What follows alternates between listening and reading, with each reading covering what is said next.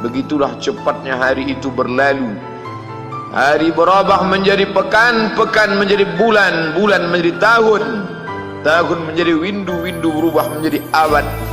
Yang mati hilang, yang dulu hidup kaya, hari ini hanya tinggal kenangan saja.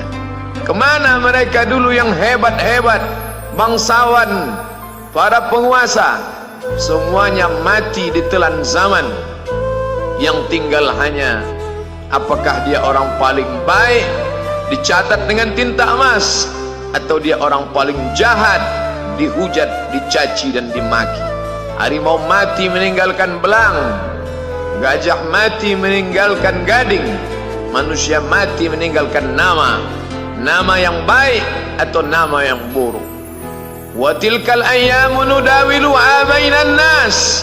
Demikianlah hari demi hari kami pergantikan di antara manusia. Untuk apa hari ini dirubah Allah Ta'ala? Mengapa hari ini datang silih berganti dan kita ada di dalam zaman itu? Liya'lamallahu alladhina amanu. Allah ingin menguji siapa yang imannya tetap istiqamah, siapa yang masih tetap beriman sampai hari ini. Khatib mengucapkan alhamdulillah, nikmat yang paling besar adalah nikmat istiqamah dalam iman dan Islam. Berapa banyak ketika hari berubah, yang dulunya dia adalah orang baik-baik, hari ini berubah menjadi tidak baik. Yusbihu mu'minan, pada waktu pagi dia beriman, wa yumsi kafiran, petang hari dia berubah menjadi kafir. Maka kita selalu meminta, ya muqallibal qulub, wahai engkau yang membolak-balikkan hati, tsabbit qulubana, kokohkan hati kami, ala dinik, dalam agamamu, wa ala ta'atik, dalam ketaatan kepadamu. Berapa banyak yang dulu susah melarat, miskin, untuk sesuap nasi pun sulit, tapi begitu dilapangkan Allah rezekinya, tidak menjadi hamba yang bersyukur.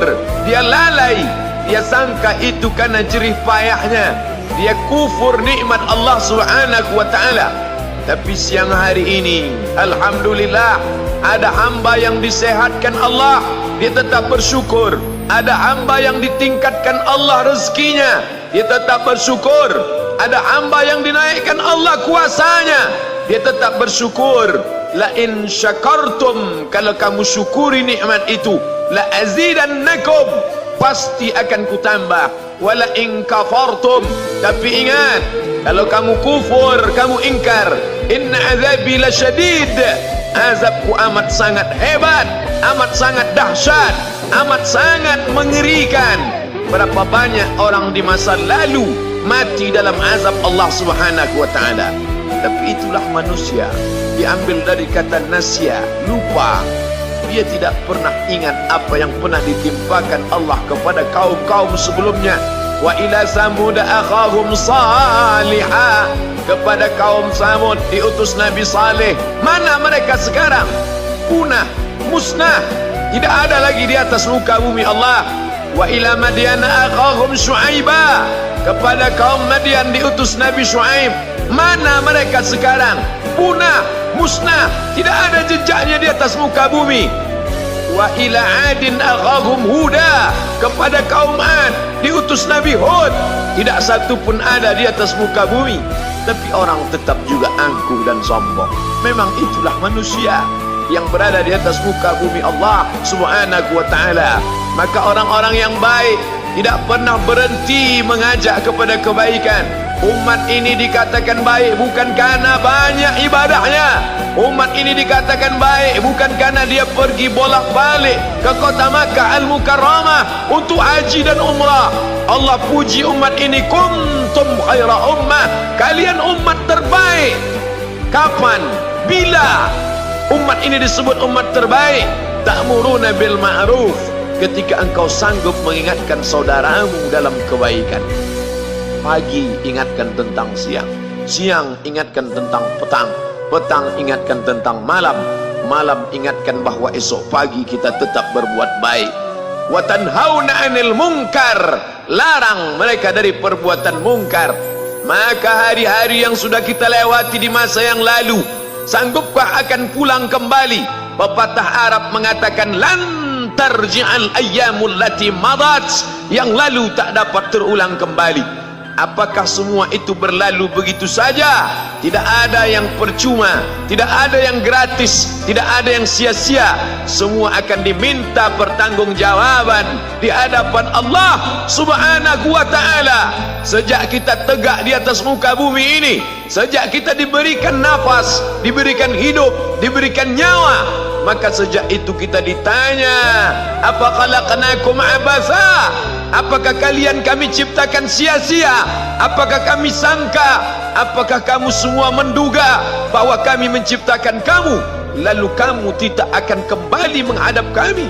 Semua akan diminta pertanggungjawaban di hadapan Allah Subhanahu wa ta'ala. Tidak ada kata yang dapat terucap dari lidah orang beriman selain ucapan astaghfirullahaladzim. Ampunkan segala dosaku di masa yang lalu. Aku lalai dan lupa ya Allah. Kami termasuk orang-orang yang menghilangkan usia kami ya Allah. Kami tak tahu ke mana umur kami selama ini. Berapa jam untuk perbuatan dosa, berapa untuk perbuatan maksiat. Padahal ketika tiba masanya, kami semua akan menghadapmu, dan pada saat itu semua akan dihitung menit demi detik. Detik semuanya tak ada yang dapat dari luput panggilan Allah Subhanahu wa ta'ala. Tidak ada yang lepas daripada pengawasan. Inna alaikum lahafizin, bersama kamu ada malaikat hafazah kiraman mulia katibin, mencatat. Ya'lamuna ma taf'alun, dia tahu semua yang kamu lakukan. Betapa waktu-waktu yang lalu itu tak dapat kita tebus dengan apapun selain kita perbaiki di masa yang akan datang. Tingkatkan kualitas salat berjamaah, tingkatkan membaca Al-Quran. Andai usia kita sudah lanjut, tak dapat kita jemput, maka kita didik anak cucu generasi akan datang menjadi generasi yang Qurani dan Islami. Sab'atun yudhilluhumullah, ada 7 di antara yang dapat naungan Allah. Yauma la dhilla illa dhilluh, hari itu tidak ada naungan kecuali naungan Allah Subhanahu wa ta'ala. Di antara yang mendapat naungan itu adalah syabun, anak muda, nasya'at fi ibadatillah, anak muda yang tumbuh beribadah kepada Allah Subhanahu wa ta'ala. Andai masa muda kita penuh dosa, andai masa muda kita penuh narkoba, andai masa muda kita penuh zina, wal iyadzubillah wa na'udzubillah, jangan sangka Allah tutup pintu taubat. Innallaha la yaghfiru ayyushraka bihi, Allah tak terima taubat orang yang mempersekutukannya. Wa yaghfiru ma duna dzalika liman yasha, tapi taubat selain itu diterima, dibukakan Allah Ta'ala. Mari perbaiki anak menantu, cucu, kawan, sahabat, andai talat, ajak ke jalan Allah Subhanahu wa ta'ala. Itulah salah satu memperbaiki yang masa lalu, kita perbaiki di masa yang akan datang. Di antara tujuan Allah mengapa dia buat kita masih hidup di akhir tahun ini, ya'lamallahu allazina amanu, Allah menguji siapa yang masih tetap dalam istiqamah iman dan Islam. Tujuan kedua, mengapa Allah buat kita hidup sampai hari ini? Wa yattakhidha minkum syuhada, wa yattakhidha minkum syuhada, Allah ingin melihat siapa di antara kita ini yang layak untuk menjadi syuhada. Iskariman, hidup mulia, au mutsyahidan, atau mati syahid. Pilihan orang Islam tidak banyak. Kalau hidup, hidup mulia. Kalau mati, mati syahid. Jangan hidup hina, mati terlunta-lunta, tidak diterima Allah Subhanahu wa ta'ala. Hidup mulia atau mati syahid dipersaksikan oleh para malaikat. Man kharaja fi talabil ilmi, siapa yang keluar rumah dengan niat menuntut ilmu, fahuwa fi sabilillah, maka dia seperti orang yang berjihad fi sabilillah, yang jauh meninggalkan kampung halaman, menuntut ilmu di perantauan. Jangan kau sangka kau anak yang terbuang, engkau adalah seorang syahid. Andai mati dalam perjalanan, maka matimu adalah seorang yang mati syahid. Mencari rezeki yang halal, meninggalkan anak dan istri, demi untuk memberikan nafkah, menjaga diri dari riba, menjaga diri dari haram, menjaga diri dari syubhat. Ditinggalkan anak yang masih kecil, istri yang memerlukan kasih sayang. Kutinggalkan kalian bukan karena hawa nafsu, tapi ingin mencari yang halal. Tetesan air mata, penuh keringat dan kerinduan, munajat di tengah malam, dibayar Allah Ta'ala dengan tetesan darah seorang syahid. Man mata duna malihi, siapa yang mati membela kehormatan hartanya, fahuwa syahid, maka dia mati syahid. Betapa seorang yang susah melarat hanya untuk menjaga diri dari yang haram dan syubhat, Allah muliakan dia. Inna akramakum indallah, yang paling mulia di antara kamu di sisi Allah, atqakum, yang paling takut kepada Allah. Ramai kita di rumah Allah ini, yang paling kaya kah yang paling mulia? Tidak. Yang paling ganteng dan paling hebat kuasanya kah yang paling mulia? Bukan. Yang paling berilmu, buya, kiai, ulama, apakah dia yang paling mulia? Tidak ada jaminan.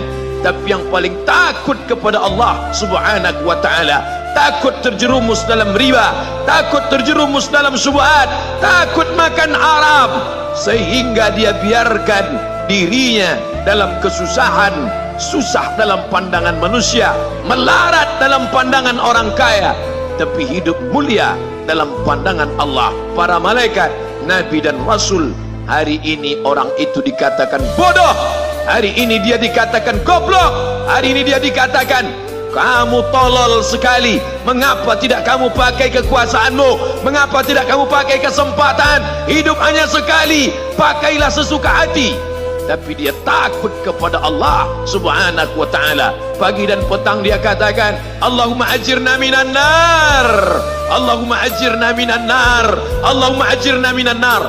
Selamatkan kami, aku, istriku, anakku, keluargaku dari api neraka ya Allah.